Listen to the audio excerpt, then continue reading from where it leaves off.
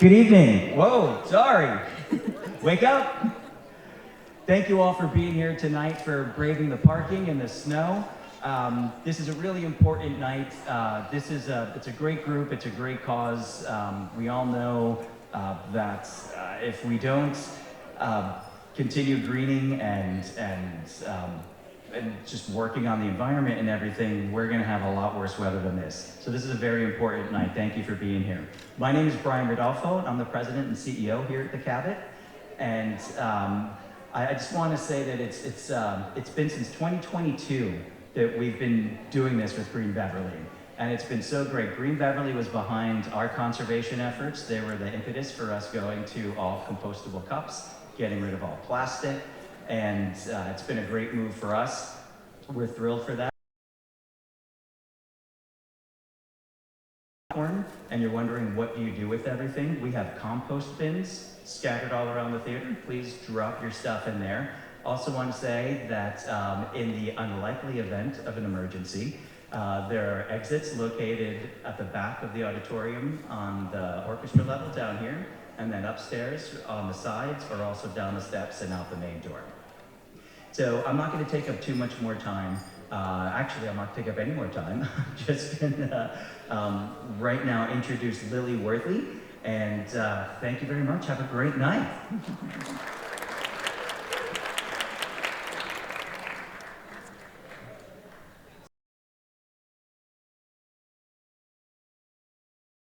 Mistake.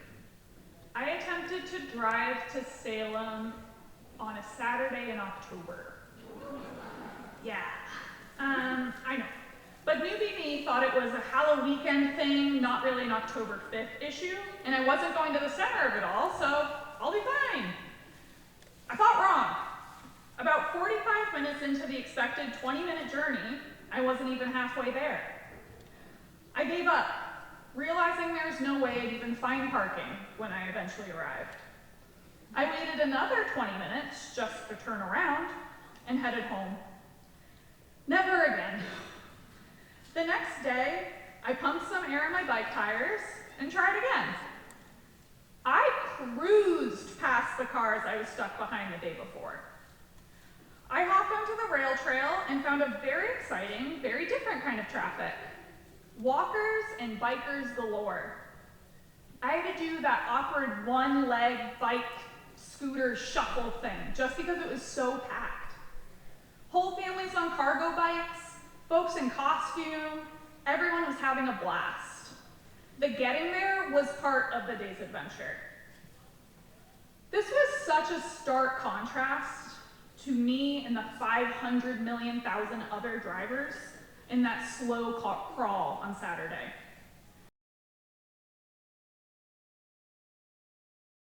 Saved my weekend from that horrible, grumpy monster I had become on Saturday.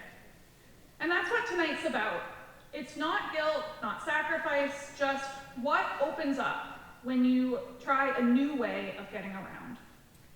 Good evening, everyone. I'm Lily.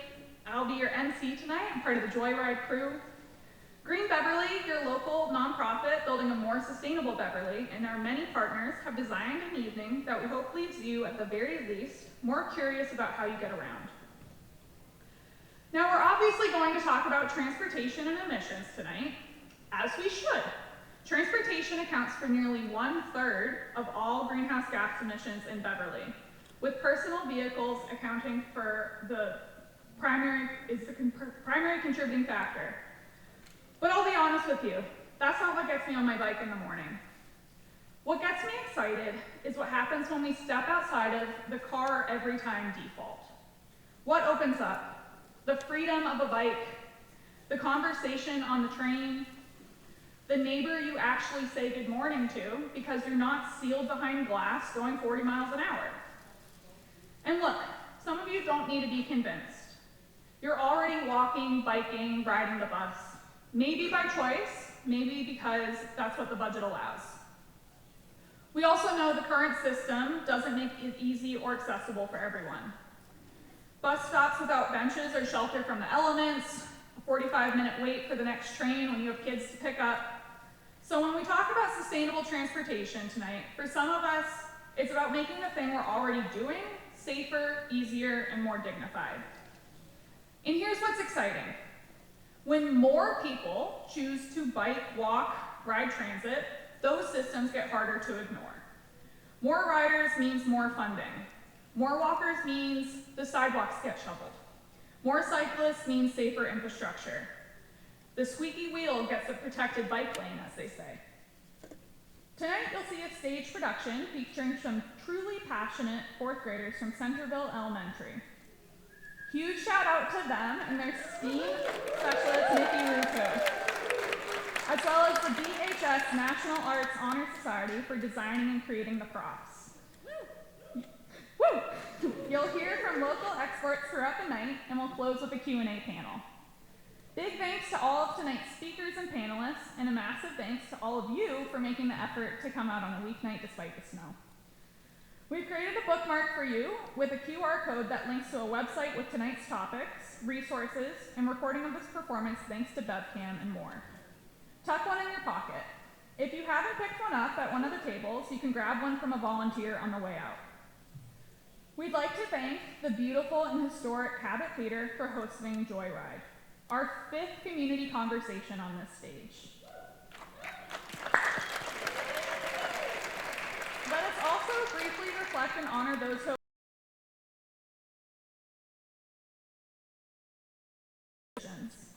we express our gratitude for and acknowledgement of the ancestral sovereignty of the Indigenous people of Beverly and their descendants. We affirm in Beverly a responsibility for collaborative stewardship of our lands, a message informed and inspired by the Namkiag and the Pawtucket people. So as you experience tonight's show, keep asking yourself, how does getting around work in my life? What could I gain by opting for a more sustainable form of transportation? Who's ready for a joyride? Woo!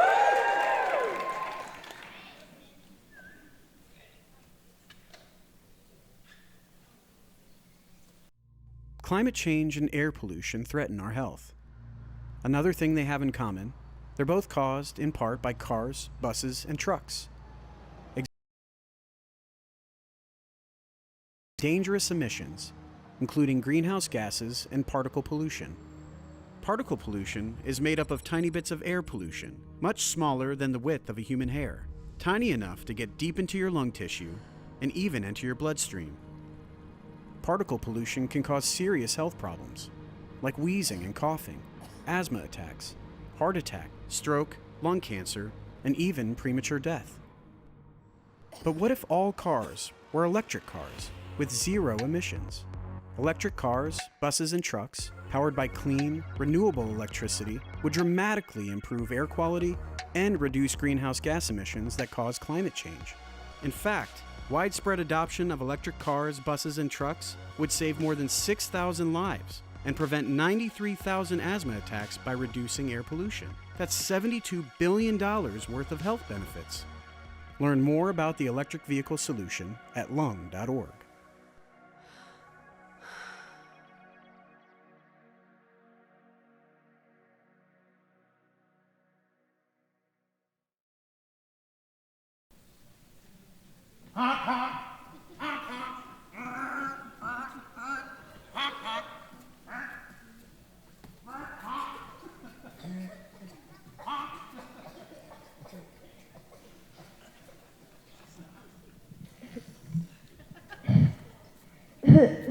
I can hardly breathe. It's always like this after school. Do you think it's because all these SUVs? Definitely. Cars give me harmful gases, even when they're just idling. Makes it hard to breathe. This is getting really uncomfortable.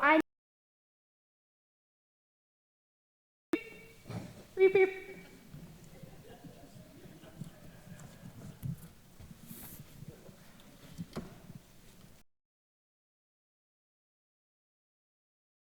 It's really good to see you. And guess what? I brought my magic bus. This bus can help us travel in time. Do you want to go on a ride? Yeah! Woo! Well, guess what? I have a really, I would love to take you on a ride. But there might be a problem.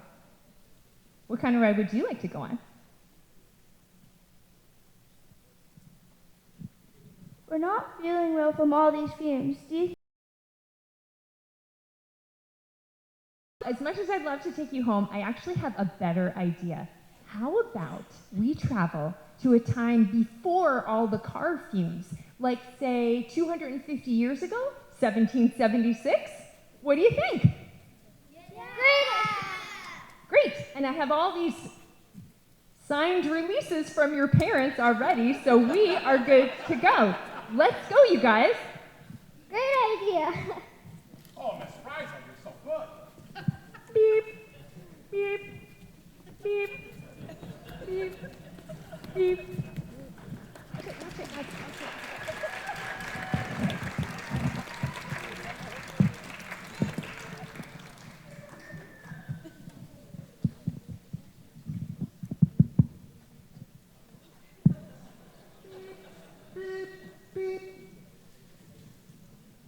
Everyone loves school drop-off, right? This evening, Green Beverly is addressing transportation because it has a huge impact on our planet. There are other sources of emissions, but transportation accounts for about 1/3 of our greenhouse gas emissions. Because of that, we felt compelled to bring this topic to you this evening and open it up for a conversation, even though it's a little bit tough. It would be tempting to beg all of us just to stop driving, or to buy an electric vehicle, or to implore our city officials to spend more money. Let's be honest, we love our cars. They're fun, they're exciting. It'd be really hard to live without cars. So now what? We have a dilemma. Let's start out with some of the tough realities. Not only do these idling cars pollute the air that we breathe, causing us health issues and nausea, but they're also contributing to a global issue. These pollutants are causing our planet to feel ill.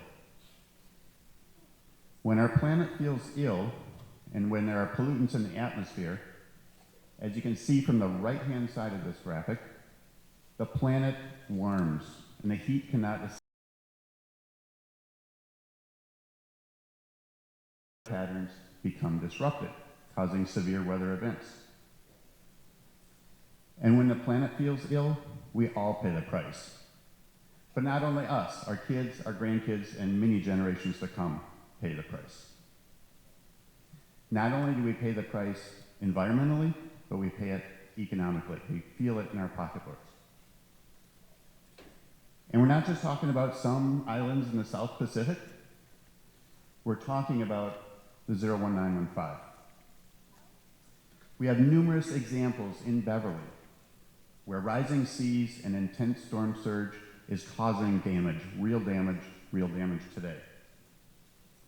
Let's hear what Bruce Doig, our Director of Parks and Rec, has to say about the intensity of storm surge and the impact that it has at Lynch Park.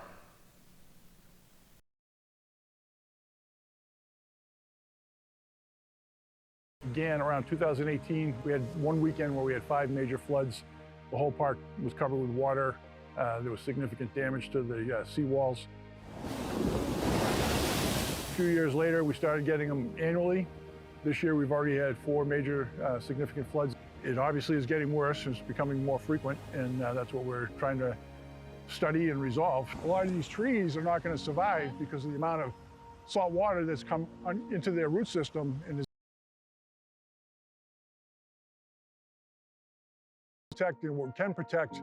We may have to lose some trees and gain some trees somewhere else, move to higher elevation, so forth. And a lot of the pictures that you can see, for example, is that the water is reaching up to the level that the state is projecting is by 2050.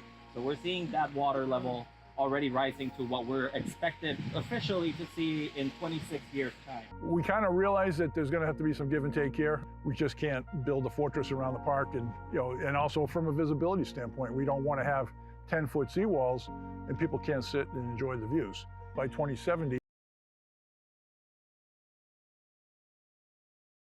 like a long time away, but even in 2030, 2050, there'll be significant flooding on a regular basis. My hope is that we can minimize the flooding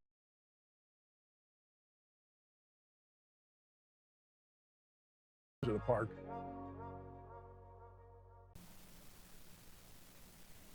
So as you can see, this is getting very real very quickly. Okay, so now what? So we lose some coastal property. No big deal, right? Well, aside from it being a pretty big deal for the property owners, it is a big deal because it's hurting all of us economically. This is a little bit of an eye chart, so I apologize for that, but if you focus on the red boxes, I'll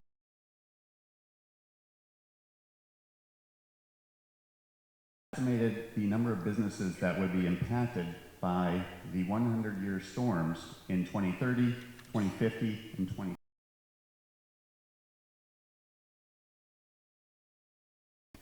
A number of businesses here somewhere, 86,000 businesses in the lower left corner. But if you look at the red box,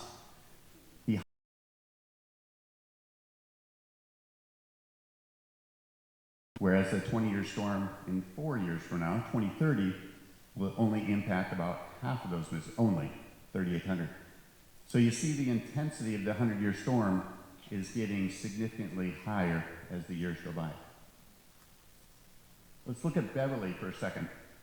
Red square box directly above me.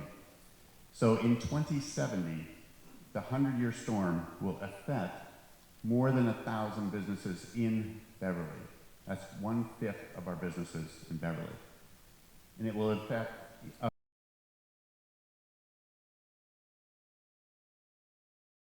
it starts to hurt us all economically. What does affect mean? It means damage. It means damage. It means lost inventory. It means closed doors. It means lost customers, lost revenue, lost pay, lost jobs.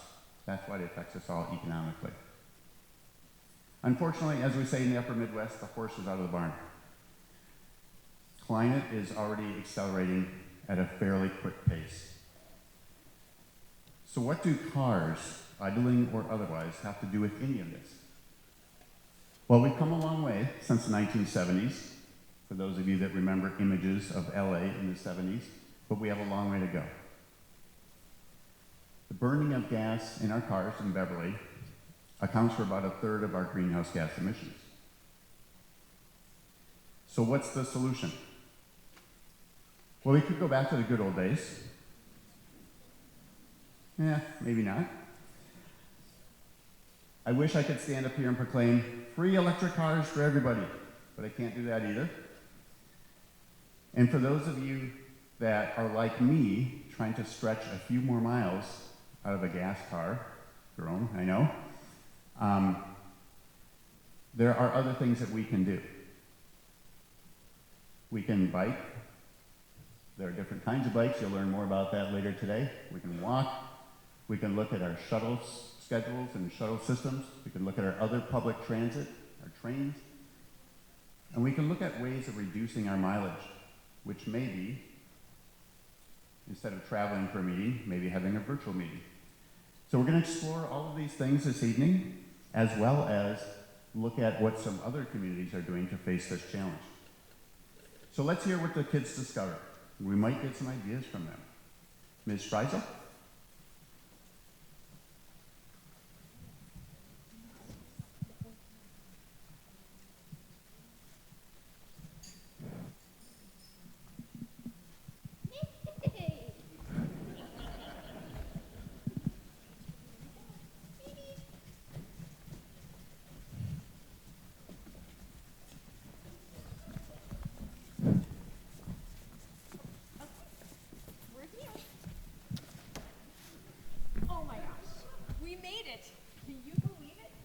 In 1776, and you guys, I have to say, it's a good look. So isn't it just lovely? Yeah, look at all these trees. It's so beautiful. I can see the ocean from here. I recognize the Hale House. I want to go see Salem. Yeah. Let's go, you guys. Yeah, and maybe we could see the British soldiers leaving Boston. I learned that in history class. They left in 1776. All aboard to the Salem Ferry! Where's the Essex Bridge? I don't know what you're talking young lady. Essex Bridge? Are you going to get a ticket to go to Salem? It'll take you on the ferry 30 minutes, and then 30 minutes to walk there. Or you can go through Danvers. So it takes an hour? That's wild. It usually takes me 10 minutes to get to Salem. Sir, we're not going to take the boat this evening. We have other adventures to go on. It's a ship, ma'am. Oh my gosh, what is that? Oh, what? There must be a lot of horse manure on Cabot Street.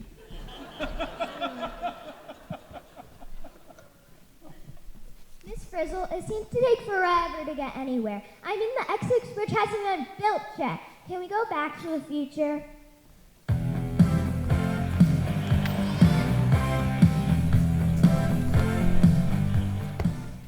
Are you sure? Yeah, we can't really do anything here. Plus, it smells better in the future. The problem is all that pollution from the SUVs. That is so true. So back in the day when they invented cars in the 1870s, hello, that solved a really big problem, which was you could get around faster and also all the horse manure. But now we have a very different challenge, and it's because we have billions of cars on the road, and so the issue is, of course, pollution.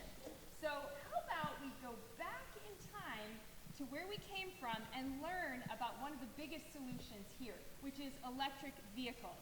What do you guys think? Maybe leave all this behind?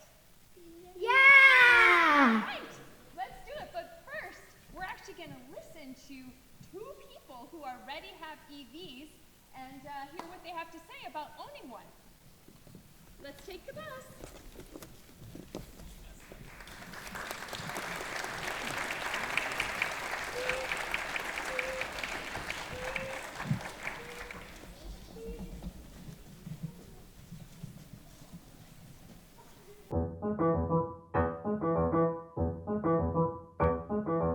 So then we got a charger installed, and that was great because we got a rebate through Green Beverly and also through the state.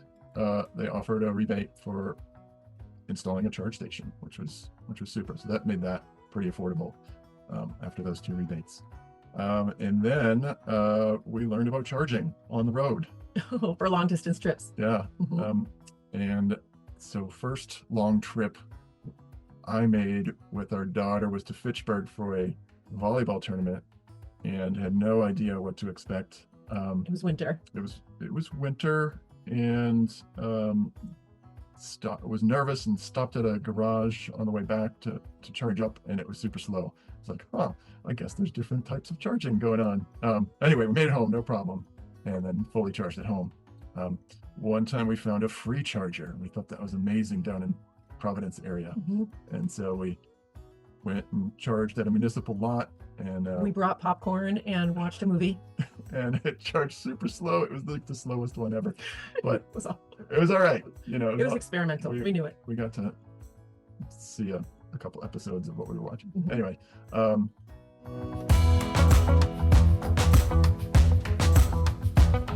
so as I owned it, the more I couldn't go back to a gas car. And when you get used to the driving experiences, it's hard for me to describe what a difference it is. The first thing you notice is the acceleration is instant.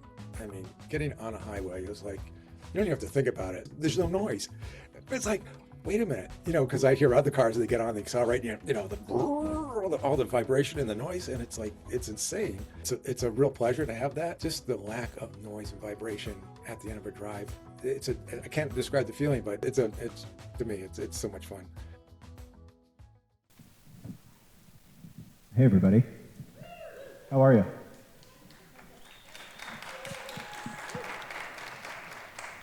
Thank you.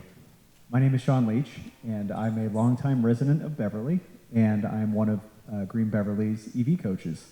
I've been helping drivers in Green Beverly area and all throughout the North Shore for years. I have been a longtime dork and technology advocate for my whole life, and have also always loved cars and motorcycles. And I effectively bled gasoline for most of my life with cars, modifying motorcycles, having fun, getting speed out of them. And then back in around 2014, I got that brown Chevy Volt with a V.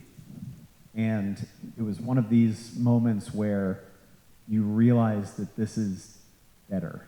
This is different. There's something really strange about this. And almost overnight, my love of gasoline stopped. And I became obsessed with EVs and solar panels and batteries and energy, and I just went off the rails. And I've never looked back since. But tonight I'm here to talk to you about electrification, driving EVs, and why you should all do it. And you should all rely on Green Beverly and the people around you to answer any questions you have to help make this transition happen. Back in roughly 2014 with that Chevy Volt. Since then, I've covered about 100,000 miles across all the EVs I've had because I have a problem and I just love trying new things. But yeah, I've covered around 100,000 miles. I've actually built an electric motorcycle from scratch that used to be a gasoline-powered Yamaha, and I converted it to fully electric and had many, many fun miles on that. You can actually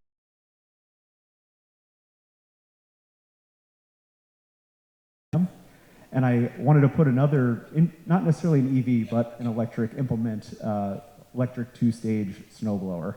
Obviously, we've all had our fair share of snow recently, but my entire house is fully electric. So I have heat pump water heaters. There is no more gasoline implements in my house at all. And one of my favorite tools is actually that electric snowblower. It is great. Every time you grab the snowblower and put the batteries in and turn it on, it just works. It doesn't smell, it doesn't vibrate, it starts every time, and it throws snowbanks worth of wet snow as far as you need it to. So, highly recommended. Come talk to me about that later if you want to. So, what else do I do? Well, in addition to being a EV coach with Green Beverly, I am the Director of Technology and Platform Management at a company called Highland Electric Fleets. Highland is actually based here in Beverly, and Highland's first customer was the city of Beverly. So we helped Beverly get their first electric school bus, and probably one of the earliest electric school buses in the country. And some of the firsts in the electric school bus industry have happened right here in Beverly. So some of the first EV buses arrived in Beverly. Beverly was one of the first districts to actually do vehicle to grid. So these school buses not only move kids around safely and don't poison them from the exhaust pipe, but they actually push their power back into Beverly's grid all summer long to support the grid and help keep the lights on for everybody. And that's something that Highland now does across the entire US. So that map with all the green squares are just some of the states that we have huge EV school bus fleets in. You can see some of the charging infrastructure we've built at scale.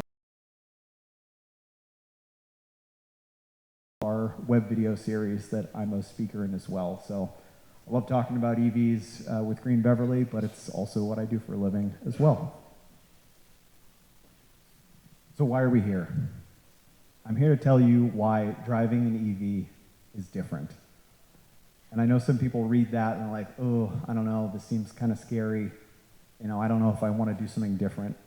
But I'm here to tell you that different does not mean bad. Different can be better. Different can be much better. And this is one of those things that I learned way back in 2014 when I first got my electric car. I was really worried about it at first, I really was. But 2 days into it, I was like, God, I wish I did this years ago. Because it's actually better. And that was a long time ago. Even the worst EV you can buy today is still so much better than what I could get 12 years ago. You guys will have a much easier journey if you haven't started yet. But I'm here to tell you why it is so much better.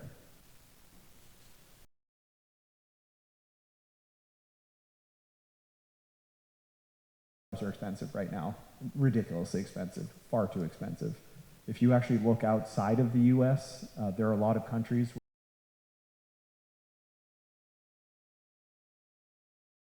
the market is out of control right now, and hopefully it will get fixed. But even putting that aside, if you compare what it costs to not only run an electric vehicle, besides buy it, but actually run it for the first year, 5 years, 10 years, EVs are actually cheaper. One of the big stats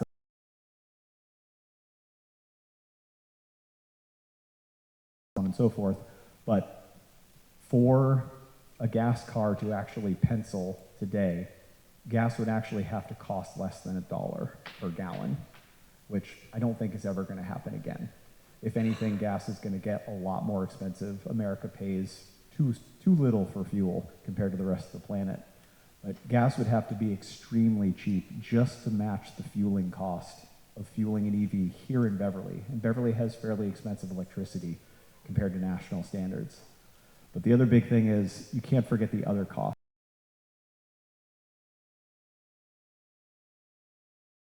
Really what matters, and that's total cost of ownership. There is far, far less maintenance that you have to do on an electric vehicle over.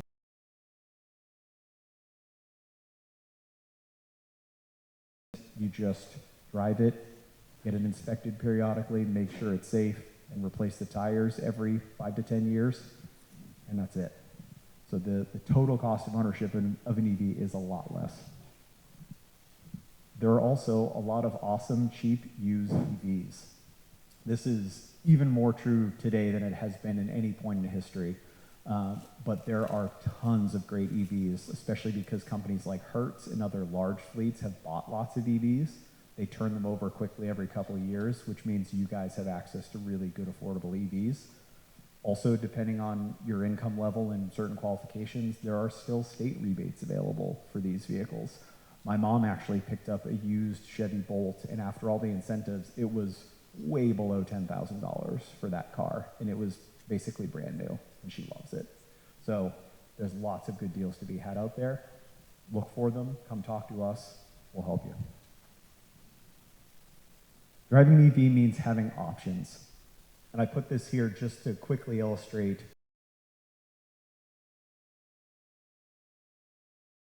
green chargers are slower level 2 chargers, and the yellow-orange ones are fast chargers.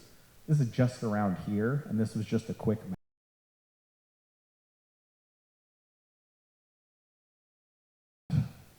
This is how many there are as we look at the Northeast. And if you keep zooming out, there are more and more and more. And the only real difference between an EV and a fossil fuel car is road trips. That's really it. Because in an EV, you never think about fueling it 99% of the time because it's sitting in your driveway charging.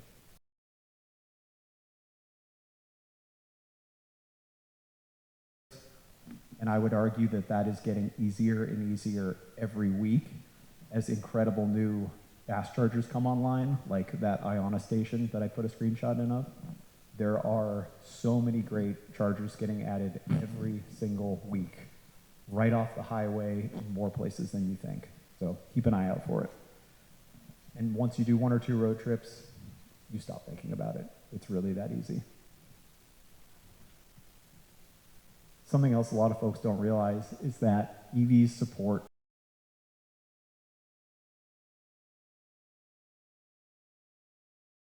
when you drive a gas car, every single gallon you put into that car, you use once for that second that it's burning, and then a whole bunch of other gas cars have to bring you another gallon for you to burn. And that gallon is supporting companies based God knows where.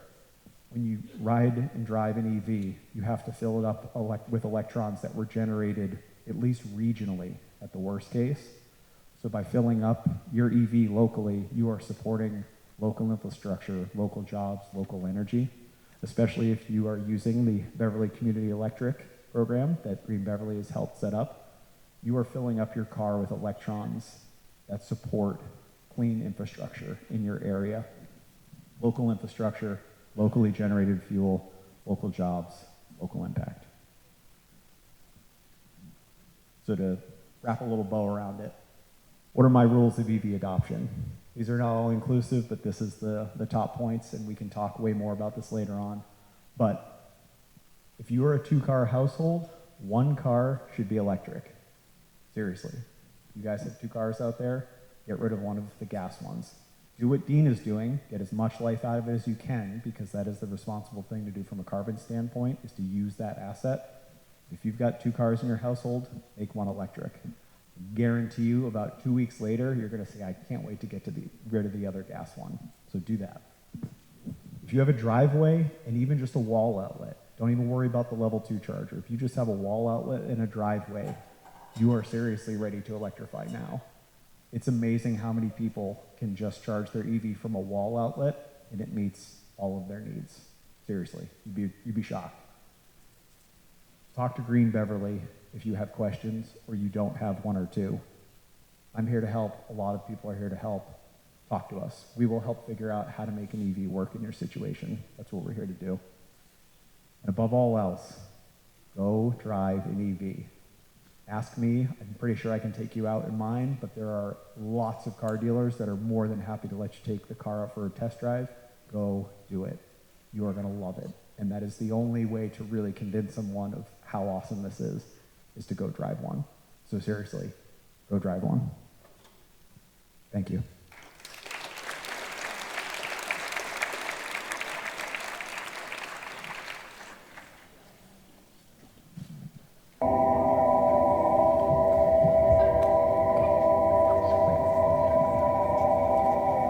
Getting in the car.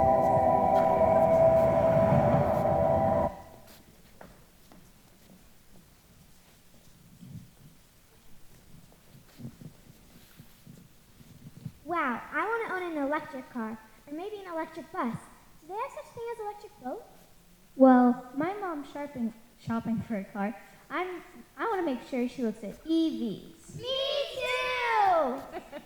Yeah, and I don't know if you've heard, but in Beverly, they're thinking about getting an electric boat for the harbor master. And guess what?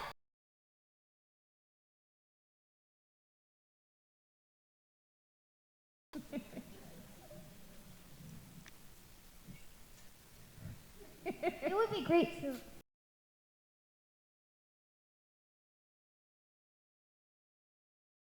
car and bike. Yeah, that is absolutely true. And as I seem to recall, there are just so many wonderful ways to get around, right, with bikes and stuff. And fortunately, we have an expert off stage that's ready to talk about it. But before we have all that good information, let's watch a video. We're going to learn about the Beverly Bike Bus that happened last fall. And that was done by Michael O'Connor. Are you here? Yeah, he's right down there in the front. So we have some good footage of what happened last fall. Thanks, you guys.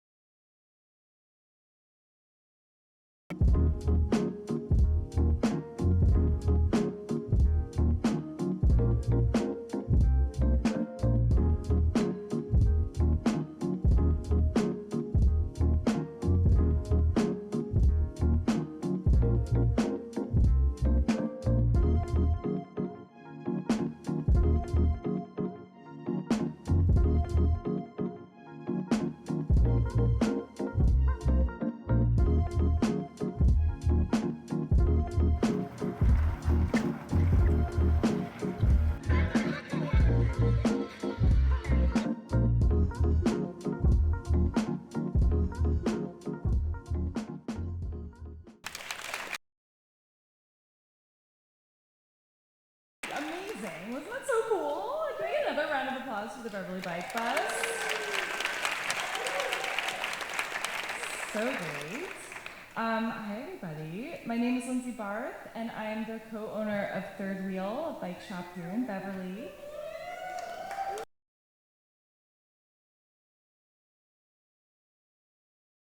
Role is to help people figure out how to fit bikes into their day-to-day lives. And oftentimes in these conversations, we uncover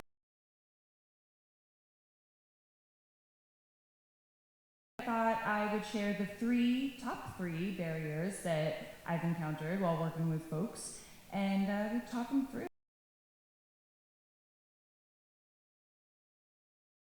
Participation. So we're gonna have 3 barriers. We're gonna talk them out, but I'd love to kind of get a little bit of participation. If any of them.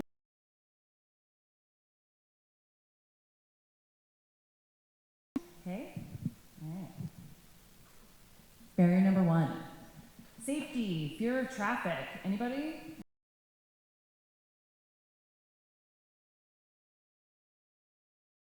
About biking in Beverly.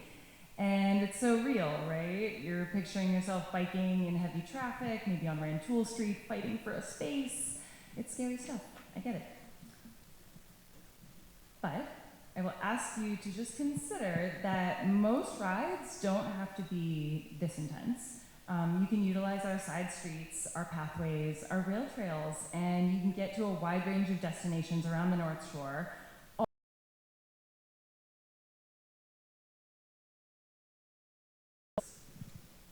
And let's also talk to the strengths of being the person on the bike, right? We always think that that's actually scary.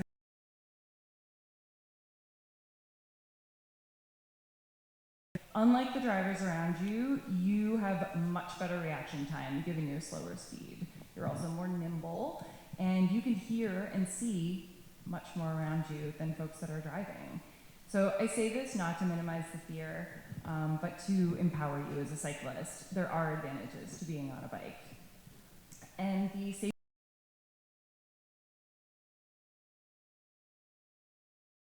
saw Massachusetts pass the 4-foot passing law, which makes our roads safer every day. So safety is definitely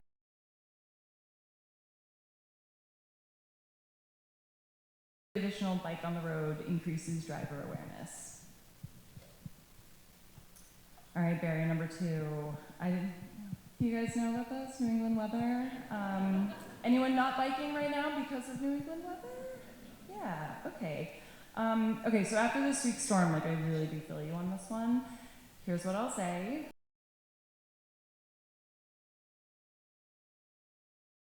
With a bike trip in inclement weather, there are so many products that can help. There's fenders, there's lights, there's cargo racks and baskets to carry all your gear. Even the type of bike can make a difference.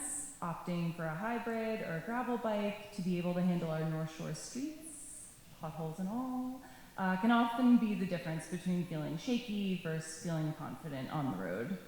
Now, what bike and what gear you might need will vary from person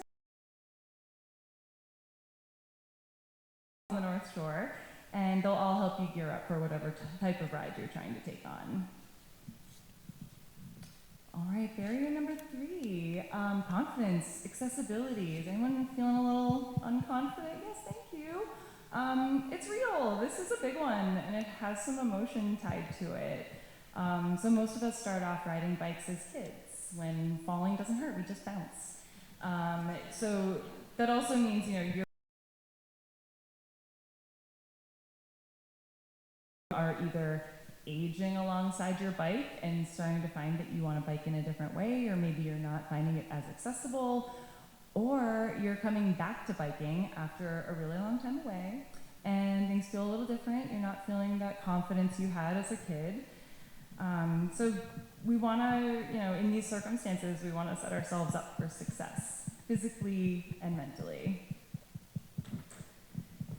So physical accessibility can look like exploring e-bike options or even bike frames that allow for easier mount and dismount if you're experiencing less mobility. It can also look like slower paces, different style of riding. The biker you were as a kid might not be the biker you are as an adult. And confidence is the other piece to this, right? We all know practice builds confidence. Finding a group to ride with can be a huge way and super helpful in building that confidence. At our shop, Third Wheel, we've had weekly group rides going for 3 years now, and we're always really excited when we hear that our group is the reason for folks getting back on a bike. So I know you've all heard, you never forget how to ride a bike, and to be honest, I don't really know how much truth there is to that saying, but I do know that you can forget how fun it is to ride a bike, so don't let that stop you. Get back out there and rediscover the fun. You get back out there, you're gonna be working biking into your daily life. Great! Here's your prize! You will be saving money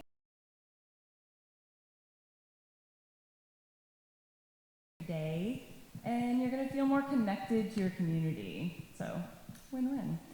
Now, if you're sitting there and you're like, Lindsay, this has literally been the best presentation I've ever seen in my life, but I'm just not gonna bike. Like, no chance. That's totally fine. That's fine. You're actually gonna also win a prize. You're gonna see in your community lower emissions, less traffic, better drivers, which I can explain if people have questions, but it really has to do with like that hyper focus. We're not either bikers or drivers. We're probably both. So if you bike more, you're gonna be a better driver. And infrastructure improvements, that really doesn't happen unless we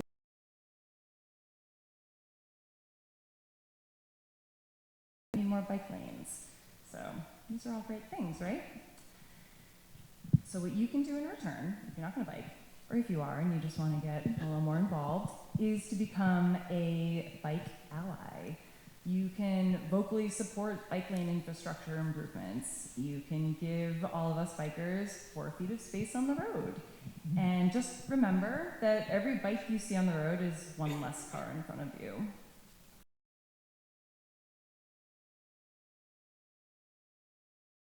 I also want to introduce 2 attorneys from Mazo and McCullough in Salem that would love to share a bit more about bike safety. This firm participates enthusiastically in Bike Safety Month in May, so they're the perfect people to educate us. Jessica and Mark.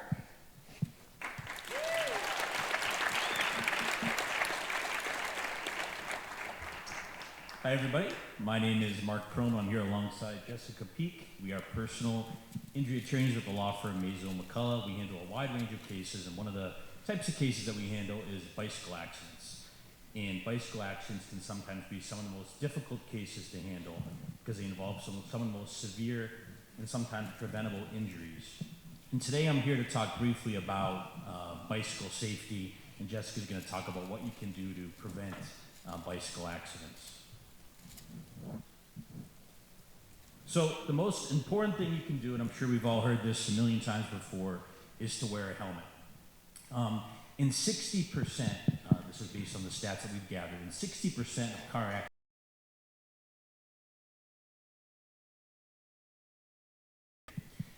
and wearing a helmet can be something that can prevent, a traumatic brain injury. It might prevent something from rising to the level of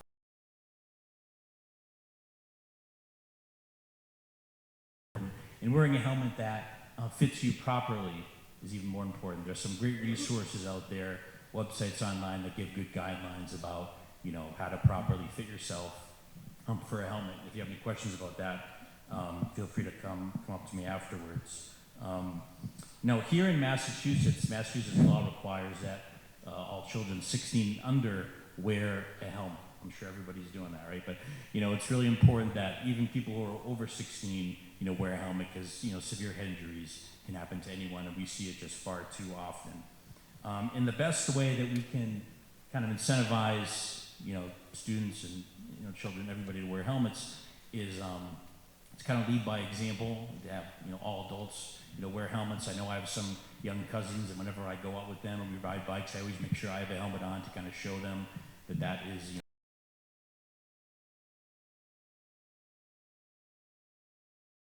to encourage children, to show them why helmets matter. So bicycle safety, in recap, starts with a fit helmet and making safety a shared priority for everybody. So with that, I'm going to hand it off to Jessica, who's going to talk about what we can do to prevent bicycle accidents.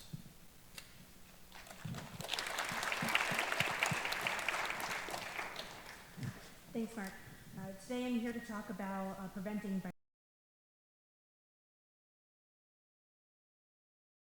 drivers can play a role in keeping our roads safe, keeping everyone safe. First, for bicyclists,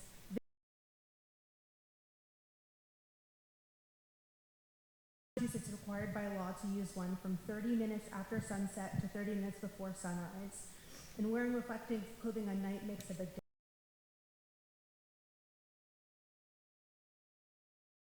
Try to make eye contact with drivers as you're riding a bike. If cars cannot see you, they don't know that you're there. I would make sure that you don't cut in front of a vehicle or assume it's safe to cross unless you do make that eye contact and have clear acknowledgement that they do see you. If you're unsure whether a driver has noticed you or not, let them pass and wait a few seconds before you go, then risk a serious accident.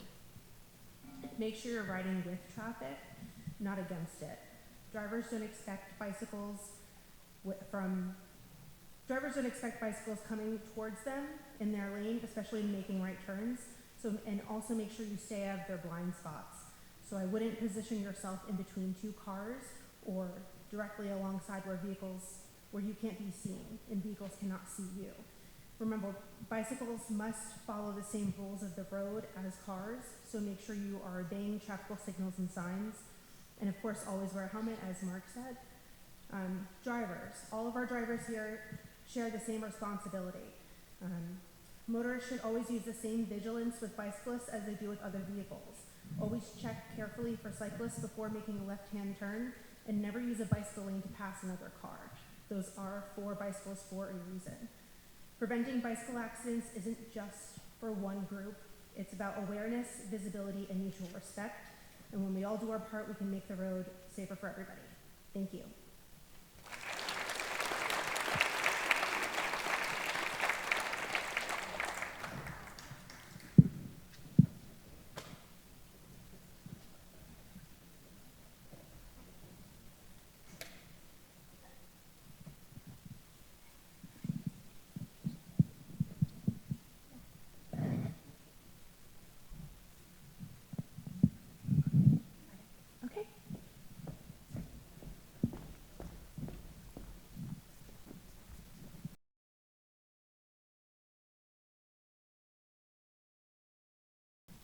I love taking my bike to school.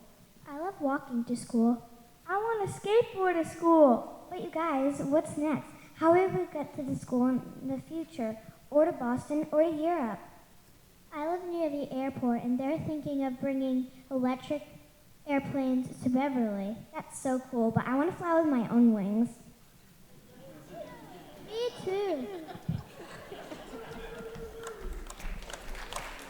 Well, that would be amazing if all of us had wings like Tony over here. But in the meantime, it's really interesting to look at all the sustainable things other cities might be doing to make transportation much more green and fast, frankly. So how about we have our next speaker talk about what's possible? Maybe we could get some ideas. What do you think? Yeah! Well, wahoo! Let's welcome Travis Pollock. Or I'm sorry, you're going to welcome him. Yeah, no. Oh, well, if we have all those cool ways to get around, it's really helpful if you reduce all your miles, right, girls? You want to have that no miles, and then if you combine errands and all that, and if you live in a walkable area. But look, our next speaker, Travis Pollock from the Metropolitan Area Planning Council, is here to talk about the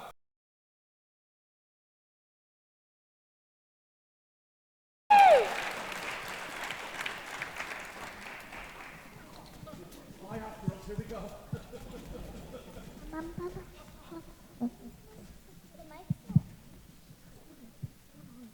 Hi. Good evening, everyone.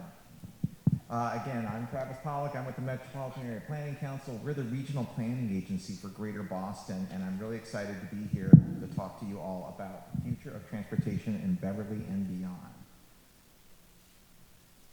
So a little bit about what we are. We're the regional planning agency for Greater Boston for the 101 cities and towns, including Beverly and the North Shore. And we're a state agency that really helps communities develop a way to be more sustainable, equitable, collaborative, and a climate-resilient region.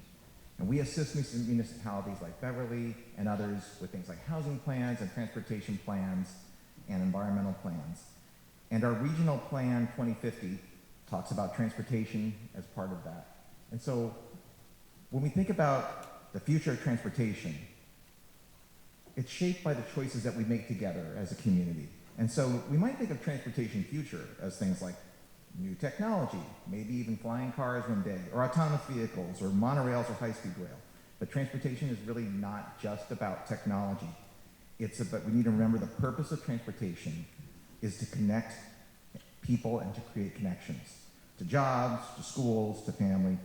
And in our future, in MetroCom in 2050, our regional plan, we talk about this. And I'm going to hear talk a little bit about the future of transportation means we're going to be more regionally connected.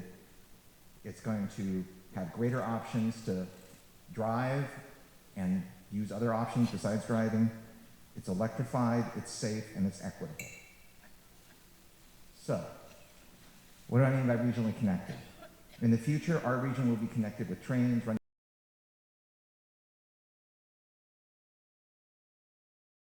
Our rail network will become a regional rail system, connecting people to more destinations and letting them work and live in the communities all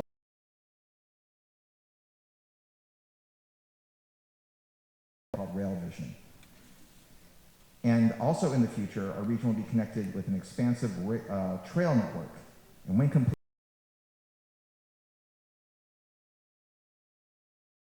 ways and shared use paths, 500 miles of foot trails, where basically 3 out of 4 people in our region will be within 1/2 mile of a trail.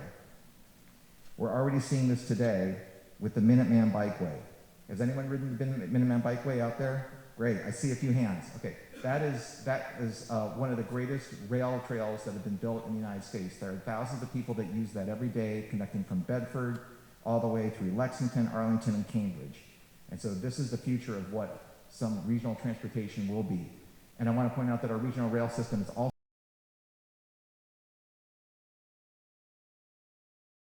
$10 fares. Great. That's how I come up to the North Shore. I love it. This has actually created our rail system to become actually seeing higher ridership levels than bus and the subway system. And it's all because of the rail network we're building today. And when it's all connected, you'll not only be able to do that regionally, then you'll have technology in your hands so that you can eventually maybe rent an autonomous vehicle or rent an electric bike to get around to your final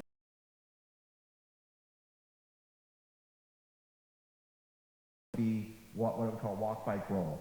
And I think many people probably in this room, maybe you've seen pictures or you've been to Europe, pictures like this in Copenhagen, and you see people biking and you think, I would love to have my city be that way. Well, maybe we can't be exactly like Copenhagen right away, but we can take small steps to build this network to eventually become more like other cities that have shared streets for walking, biking, and rolling. And this includes the bikeways, like we talked about, separated from cars, more what we call complete streets, the streets for everyone that we're already seeing in communities like Beverly and elsewhere in the North Shore, so that the streets are safe for not just moving vehicles, they're for everyone and for all people.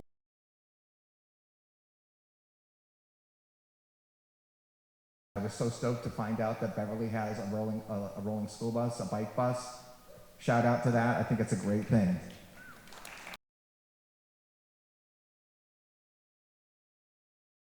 Network. And as was mentioned, our future will be electric. Not just electric cars, but more of our entire system, our rail network. See new ways that we can have electric fleets, like the solar panels. We don't have to have expensive trenching necessarily every time to get this eventually to be our electric system. And even small things, like the bikes that you see in these photos. This is the future as well for deliveries. As we buy more things online, as we want food delivery, companies are finding ways to do e-cargo bikes and have a smaller footprint, and this will really be a big future for us to create a future that has less congestion from these deliveries.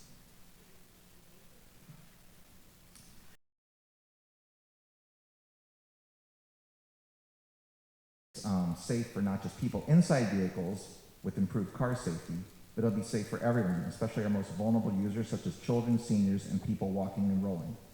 We're already seeing this today in some places. In Norway, they've eliminated deaths for children on their streets.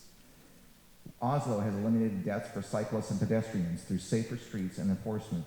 And in the US, Hoboken, the picture on the left, New Jersey, has eliminated deaths on their streets for 7 years through programs of discouraging speeding and better street design, Somerville has seen a 50% drop in serious injuries and no fatalities in the past year, while also seeing a big jump in people that use and biking and walking and cycling. And this is through doing all the work they're doing to make our streets safer for everyone. Boston,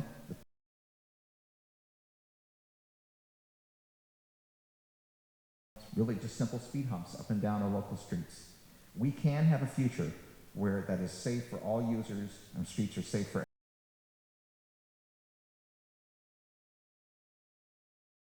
transportation system will be equitable, meaning that transit, streets, cars, sidewalks will be for everyone.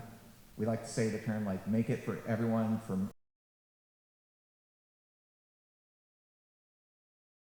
transit system, and our systems will be affordable, whether it's an autonomous vehicle or whether it's bus. And this is a future that we can have now.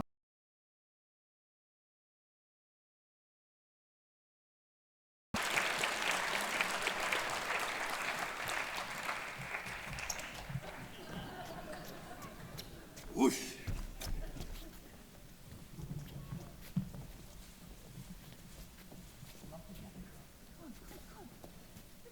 We're clumping.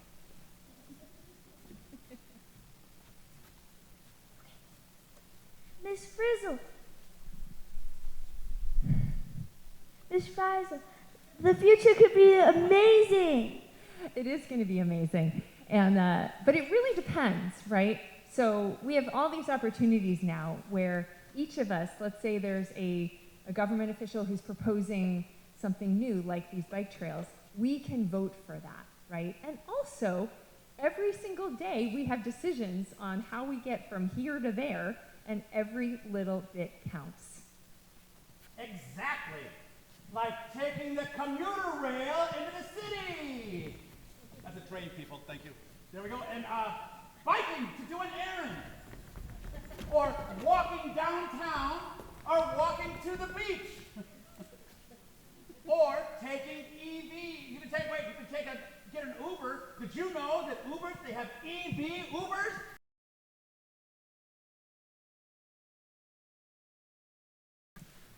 Yeah, it's amazing. So Green Beverly is making it really easy for all of us to take some steps. So this is where the bookmark comes in. We have these quote-unquote simple steps, you know, not little things like go buy a car. No, it's things like go do test drive an EV. But we also, so be sure to grab one from the volunteers around, you'll find them afterwards, and they're also on some of the tables. And then we also have some special desires and hopes that each one of these wonderful students is going to share with us today. So if you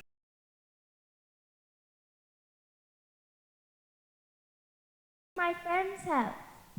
I could walk to Vermont. She's going to walk to Vermont, by the way.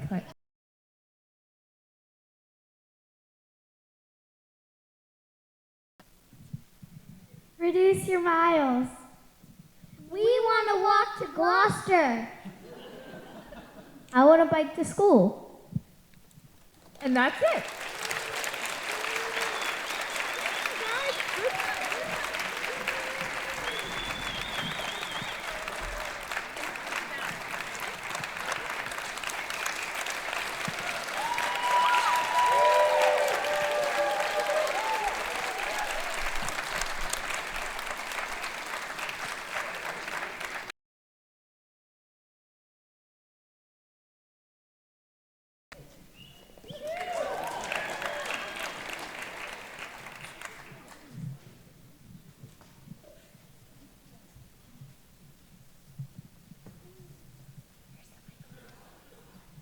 Let's hear it one more time for Ms. Frizzle, Tony Toledo, and the fourth graders from Centerville Elementary.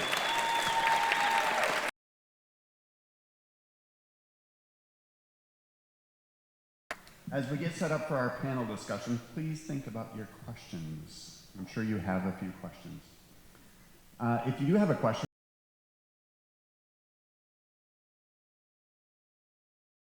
that microphone to ask the questions.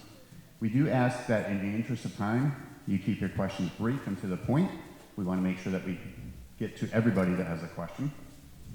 So you can start queuing in a few minutes as we start to set up for the panel discussion. We have a special guest in the house tonight. I need my clicker, sorry. Someone that has not only become a cornerstone for Green Beverly at the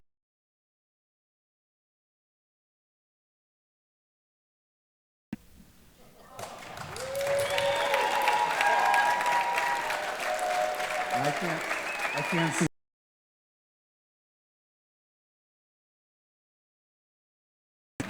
Just relax for a few minutes. So for the past 4.5 years, Julia has been a key leader. Primary connection to the Beverly community.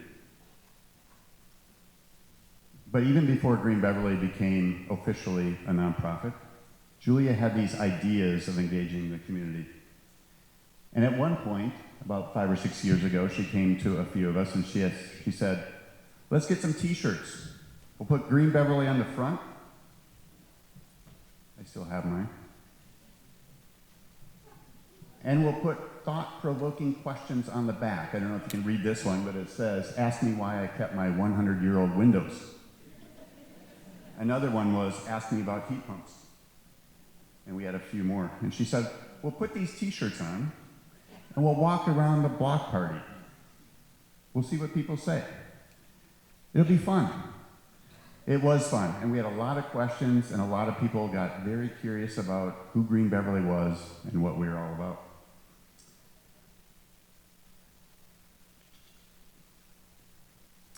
So in 2022, Julia worked with Kimberly and the Cabot to create our very first community conversation here. So what you are witnessing tonight was set by Julia's foundation starting 4 or 5 years ago.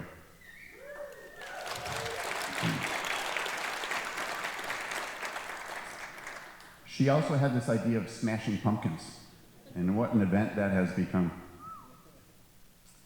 She loves being out in the community, whether it's teaching kids about worm composting at a corporate event, or meeting with a small group of friends that are passionate about sustainability at the Bean Trust open office hours. She could set up a table designed for any situation, whether it was giving away free pollinator plants at Beverly Bootstraps, or whether it was working with our younger community at the Arts Fest, or whether it was highlighting our coaches at Farmers Market.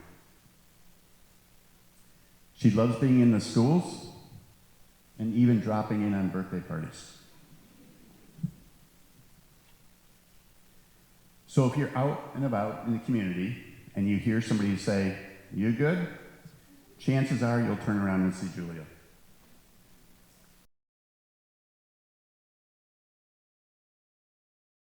So Julia, if you wouldn't mind standing for a second.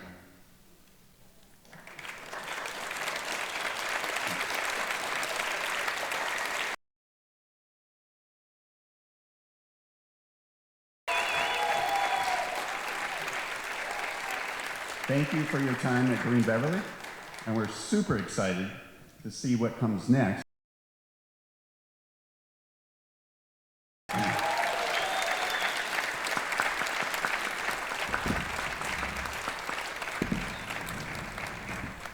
Okay, 2 more quick things before we turn to the panelists. One, I'd like to recognize our city and state and school officials that are with us tonight. And I know we have, I believe, Representative Hannah Bowen. Wave, thank you. I believe, is Senator Lovely still back here? Thank you, Senator Lovely. I heard, I have no idea where she is sitting, I heard that our Ward 2 Councilor Spang is also in the audience. All right, thank you, Councilor Spang. Did I miss anyone? Is there anybody that snuck in late? Yeah, no? All right, thank you for coming. One final thing. We've seen a lot of people on stage. This is for us, this is a big production. So you've seen a lot of people that are involved. There are also a lot of people that are involved in the background. So I want to highlight our back of the office team that helped pull this together on short notice this year. So if you could wave, Christina Olsenberg.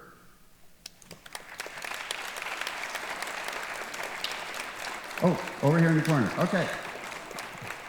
Nelda Quigley. Where's Nelda? Oh, also back here in the corner. Fatima Lopez. Back in the back. And Aaron Altman. Where's Aaron? Right here. Okay, sorry.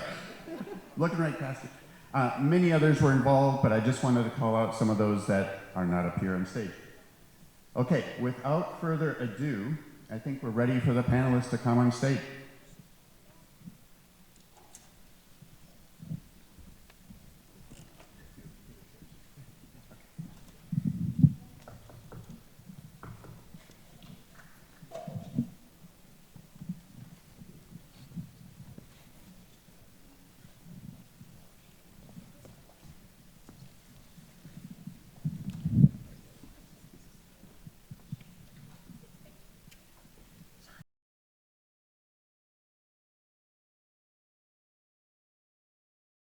Great.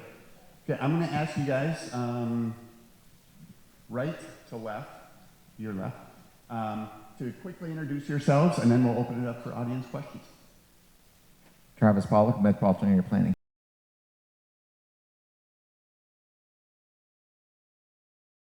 I am not a trained transportation planner, but I do it sometimes as part of my job.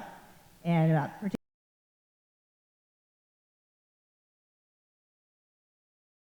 Authority and the Salem Skipper.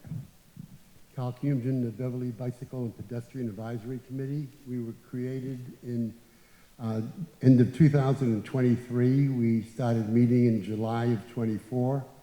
And since then, we've been focused on how we install bicycle infrastructure in the city and improve pedestrian safety, and I can talk about the initiatives in response to your questions.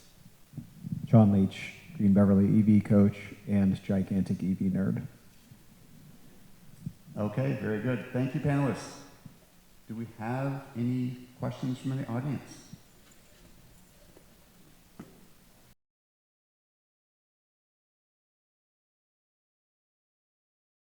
At community events, city council meetings, all sorts of things, is that people want more parking, especially in the downtown area. After hearing all of this, what is some good response and or advice when you keep hearing the phrase, more parking is needed? Is that you, darling? I mean, I'm reading between the lines a little bit in your question, in that you don't necessarily agree with that. And I think there's a balance, like all things that we do in the city, is making sure that people can get to Beverly, specifically to the downtown park. And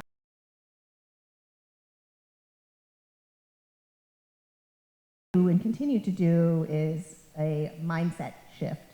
So you may not be able to park right in front of the building that you want to go to, but when you park in the lot, might you have to drive, around a little bit longer to find that parking space?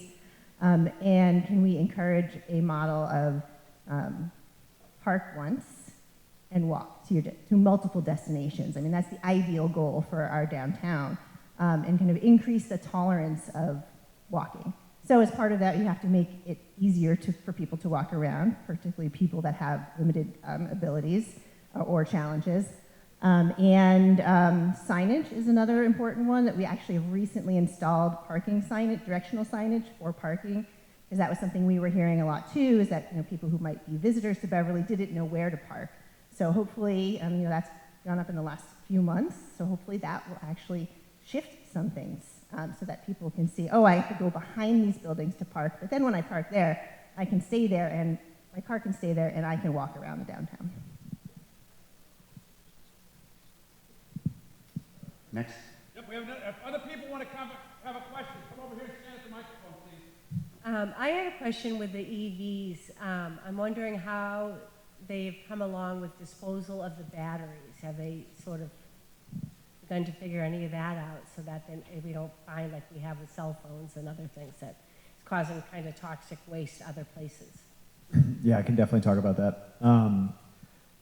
EV even in the earliest days of EV battery systems, they were actually far more recyclable than people realized they were. The classic example of your cell phone battery only lasting a few years.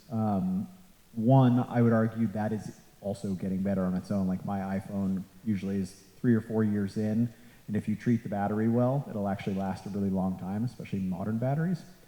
But with electric vehicles today, people don't realize that those batteries are already in the high 90 percentile for being able to be completely recycled. So current batteries are between 98 and 99% recyclable. Diesel and gas is 0% recyclable.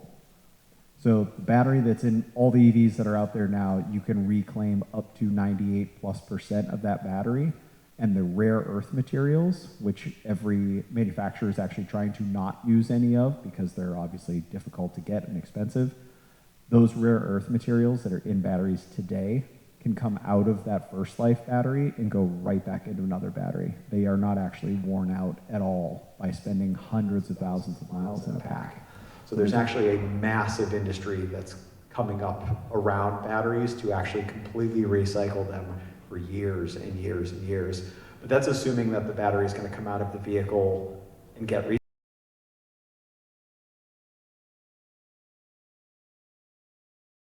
And then it can go to another EV to power that one for a long time, and then it can actually go become second life storage, where it goes and sits in a shipping container for another 10 years. So at the end of 10, 15, 20, 30 years, that's when we'll recycle the battery. They're actually going to last a lot longer than everybody thinks. And when it is time to recycle it, 98+% goes right back into the world. Very Thank you. Yeah.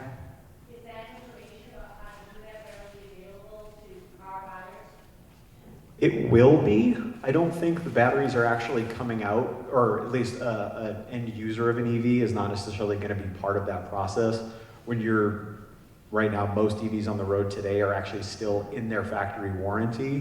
But usually if you did have to have a battery replaced, the manufacturer would take it out. They would put it into that second life. You can absolutely sell those to third parties. There's actually a shop in, I think it's Methuen, that will put second life batteries in EVs for you. So if you buy first generation Nissan Leafs, they'll actually put newer generation batteries that are used into that car to get you more miles. So there's already an ecosystem spinning up around it. Next question. I have a question for Travis, I think, and also for the legislators that are in our audience tonight. Just want to step close to your mouth. I didn't hear that. Thanks. And also for the legislators that are here tonight. And the encouragement to be using bicycles and e-bikes, my comment is I have seen too many people driving around Beverly, young and middle-aged, and driving against traffic, driving faster than cars, and driving recklessly, in my opinion, on e-bikes. Is the Commonwealth going to pass any legislation that will be requiring e-bike users to have training, to have a license, to be obeying traffic laws?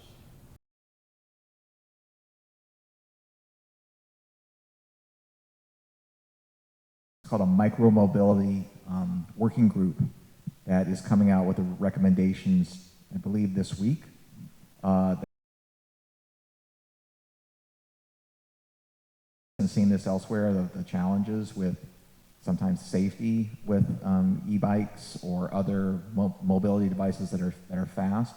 And it's kind of one of those things where the technology is sort of moving ahead of what we can do to make sure it's safe. But I would say that overall, I think the numbers we've seen is that there are sometimes some unsafe behavior with people on bikes, but that overall the numbers that we don't have a lot of like crashes or serious injuries or deaths caused by e-bikes. Not to say we can't do more to be safe.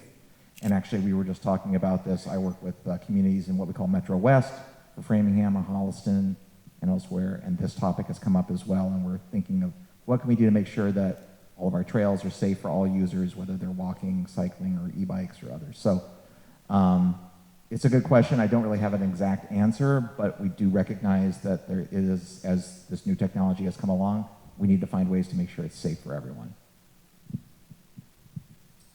Do any of our representatives want to respond to that? Oh. I can.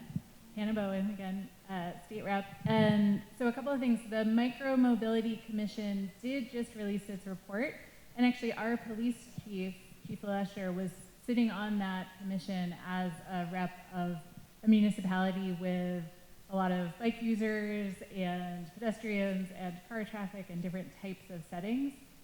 So we were well represented in that commission, and then the report has just come out. So there was already earlier this session a set of bills in the Transportation Committee, which I'm happy to sit on.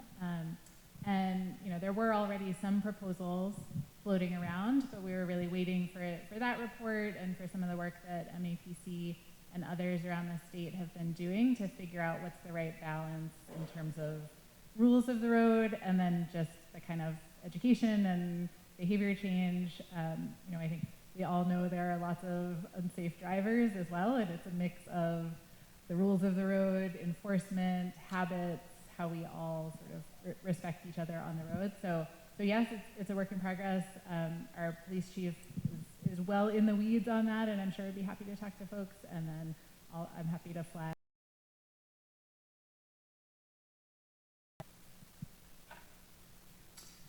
Real quick, let me interject. We have time for maybe 2 or 3 other questions, but there are also some cards, I believe, getting handed out. So if you have questions and we don't get to it today, make sure we get those back so that we can follow up afterwards. But go ahead. Hi, my question is for Sean. So a lot of people who live downtown don't have off-street parking, nor do we park in front of our houses because it's one side of the street. We actually have an EV, and right now what we're doing is we're parking our car at Pond Street or Cumming Center and charging it. We'll switch to EVs because we can't all park at Pond Street. Is there anything that Green Beverly is suggesting to the city to do? I mean, some European countries, like curbside electric charging system. So anyway, yeah, I just wanted to know if you have any insight into that. Thank you. Yeah, why don't you start and then I'll take it. It's not my area of expertise, but my colleagues do work on this over at MAPC, and we have seen, it's a little hard for me to hear, but I think the idea is like, where can we improve the charging capability? And we are seeing municipalities, cities and towns that are doing curbside charging and as one way, and so I think like Framingham and elsewhere. And then we're also trying to find ways that we can do experiments, pilots with some of these solar charging, so as a way to like avoid how the costly trenching and everything like that. So we're trying to find ways to like work with our communities to improve the EV charging space. I would also heavily encourage anybody who does not have a driveway or an easy means of electrifying, talk to your local reps. The city will not build things if they don't know that you guys are out there and need this infrastructure. I know you do. I know a lot of cities and towns are woefully lacking in public charging infrastructure, especially for folks without driveways, folks in apartments, like people who really need this infrastructure. Be vocal about it, find your Julia Longs and talk to them about it and your local reps, but they need to know that you need this infrastructure. But there's a lot of really cool curbside charging that's getting rolled out across the state already. And I know in the UK they've done some amazing curbside charging as well. I see Julia coming up. No? It's not about this, but it's related to this. It's a question from my new friend who I was sitting next to. Her son is looking to get an EV and put a charger in his house, but he doesn't know whether it should go outside or inside the garage. That's an easy one. You can do either. Pretty much every charger, even the cheapest ones you can buy on Amazon, are totally fine to have output output charger is sitting completely buried in snow right now, and it will spend probably a couple more days being buried in snow. It's totally fine.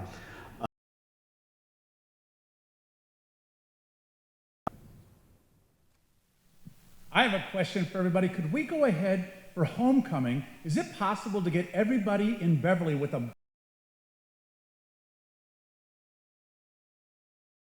have 1,000 people on a bicycle parade? I would love to do that. I think that's for you, Carl.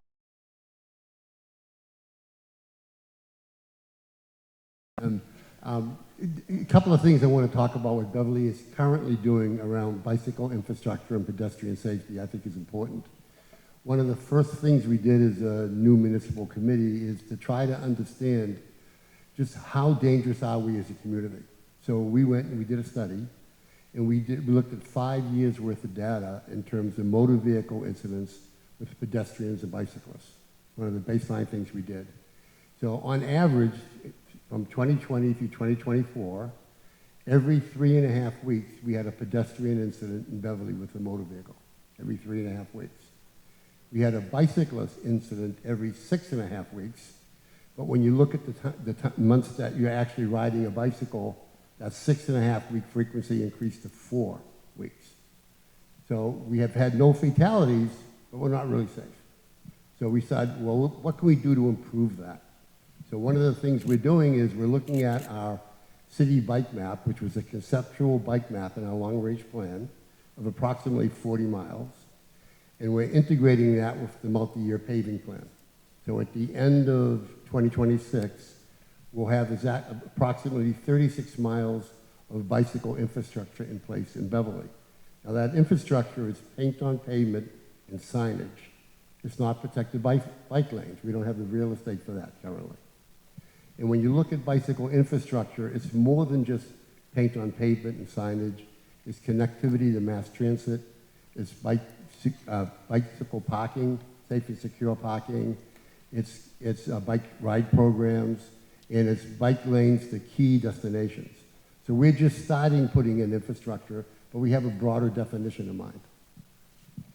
So I'll leave it at that in terms of some of the baseline things we're doing. Longer term, we're looking at how do we design things so that we have no fatalities or serious injuries. It's called Vision Zero. There are lots of major initiatives going on in the state.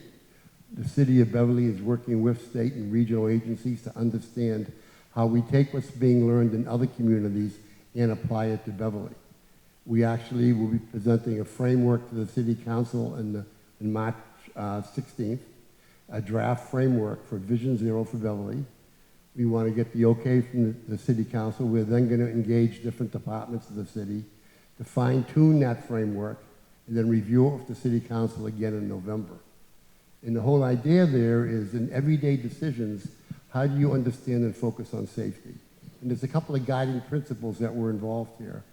The first guiding principle is we want to design things with safety in mind, not speed. That's a difference from how roadways were designed in the past. Secondly, human error is inevitable. So how do you design systems to prevent human error?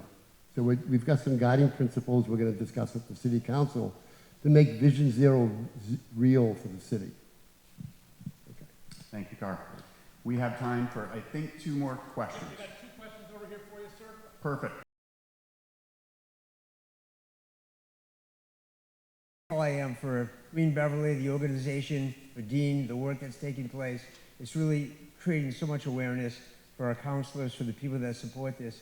And one of my questions is there an effort to communicate with other communities, work with other communities? So when we say Green Beverly, we might say Green Essex County, because it raises the elevation, raises the importance and the awareness of what's taking place and sharing of ideas. So that's my question.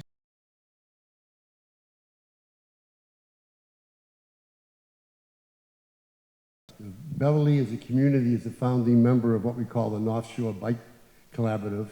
It started with 4 communities, it's now grown to 11 adjacent communities, from Marblehead all the way to Rockport and Essex, Gloucester, Topsfield, Danvers. And twice a year we have advocates from these 11 communities that get together and we learn from each other. And we have two objectives. One is to learn from each other on how to promote advocacy and how to install infrastructure. And secondly, how to work proactively with state and regional agencies. So we've had MassDOT officials come out and present. We've had the Division 4 director come out, the bicycle and transportation planner for MassDOT come out.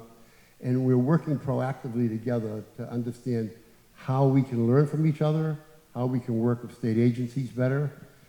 Beverly concentrates on its roadways, but the roads that connect our communities are controlled by the state. So we've been working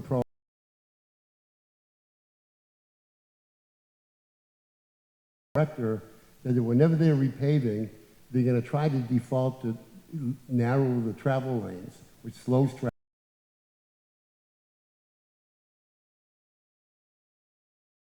That is, 1A was getting repaved this past summer in Hamilton from the Wenham line to Ipswich. We met with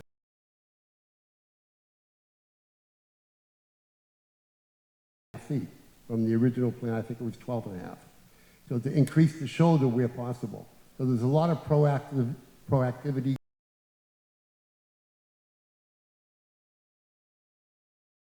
Travis? I just want to say that's one way we do it. First of all, yes, it's clap. That's very. I appreciate it. You know, one thing.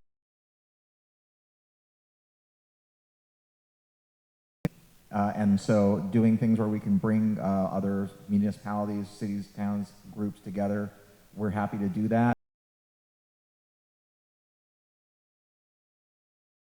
Well, so and actually. Sometimes just holding an event like this, I didn't know that Green Beverly was like in as much about you, and so by inviting us to an event, this is the way we learn. This is the way we you know can form partnerships and collaborate. So thank you. I'll quickly say too, then we'll get to the final question. There are some groups out there like ECCF, Essex County Community Foundation, that are creating a county-wide coalition of climate-aware organizations and people that are really passionate about climate. So through organizations like that, groups like Green Beverly are able to better meet with other Green Beverlys of other towns, of other communities, and share, collaborate, talk, etc. So, last question. Last question. This is for Sean. Is there such a thing as electric motorcycles? Because I moved here a lot of noise pollution from motorcycles, and how are you going to encourage those guys or those women who are That's actually probably going to be a tougher one to answer. Being a former motorcycle person, I'm sorry, and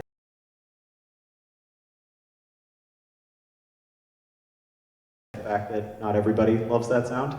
But it's the same advice I gave to you guys earlier today. They just need to go ride those things because they are awesome. Having ridden most of the electric motorcycles that are available today, they are great and they just keep getting better and better. So they've just got to go try them and realize how awesome.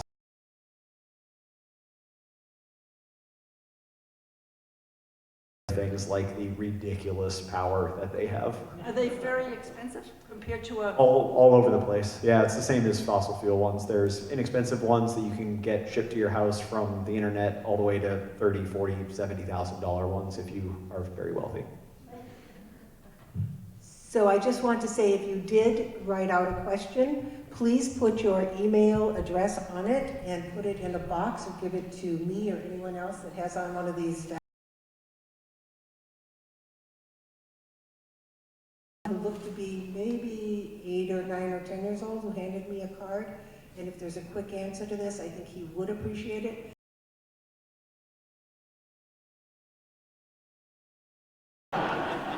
Sean? I guess I'll take that. I actually think they're already here. They're not here in Beverly, but they are effective.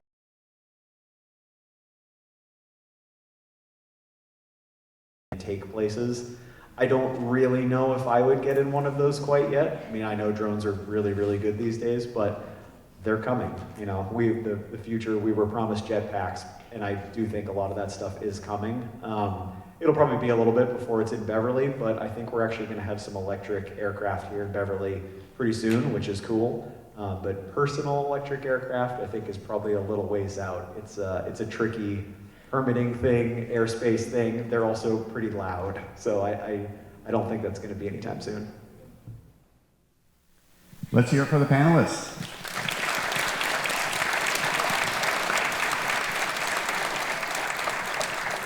Okay, with that, we're actually a few minutes over time, so please welcome our MC, Lily Worthley, back to the podium to close us out this evening.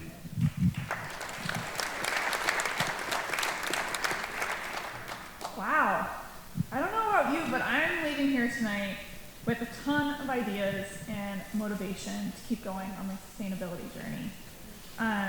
There's also a lot of support in the room for me to continue on that journey as well as you. Think about everything we just covered. We started with our incredible Centerville elementary students, letting us know what it actually feels like to breathe car exhaust and taking us on a time-traveling adventure. We heard from Dean and the transportation challenges we're facing in Beverly and beyond. Sean walked us through what it's really like to own an EV. Lindsay showed us that biking in Beverly is, yes, even in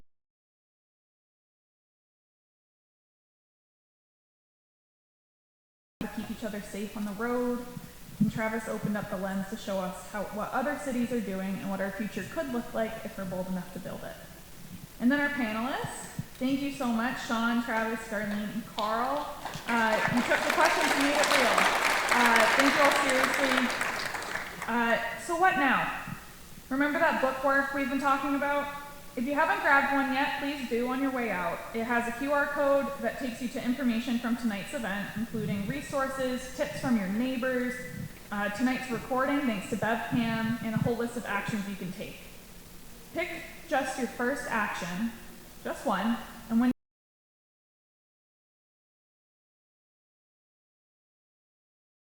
a couple housekeeping notes before you go. Please compost your meal scraps as well as the bowl, utensils, napkins, all of it. It can go in the waste stations at the back of the theater and in the hall. And if you like what you saw tonight and you want to help Green Beverly keep events like Joyride free and accessible to the whole community, please stop by the Green Beverly table by the exit doors. You can learn about becoming a sustaining member, becoming a volunteer, or getting involved in some other creative way. As a nonprofit organization, we can't do this without you, and I do mean that literally. We also have a number of upcoming events. For our Earth Spring smorgasbord of activities, get on our newsletter, check out the website, and please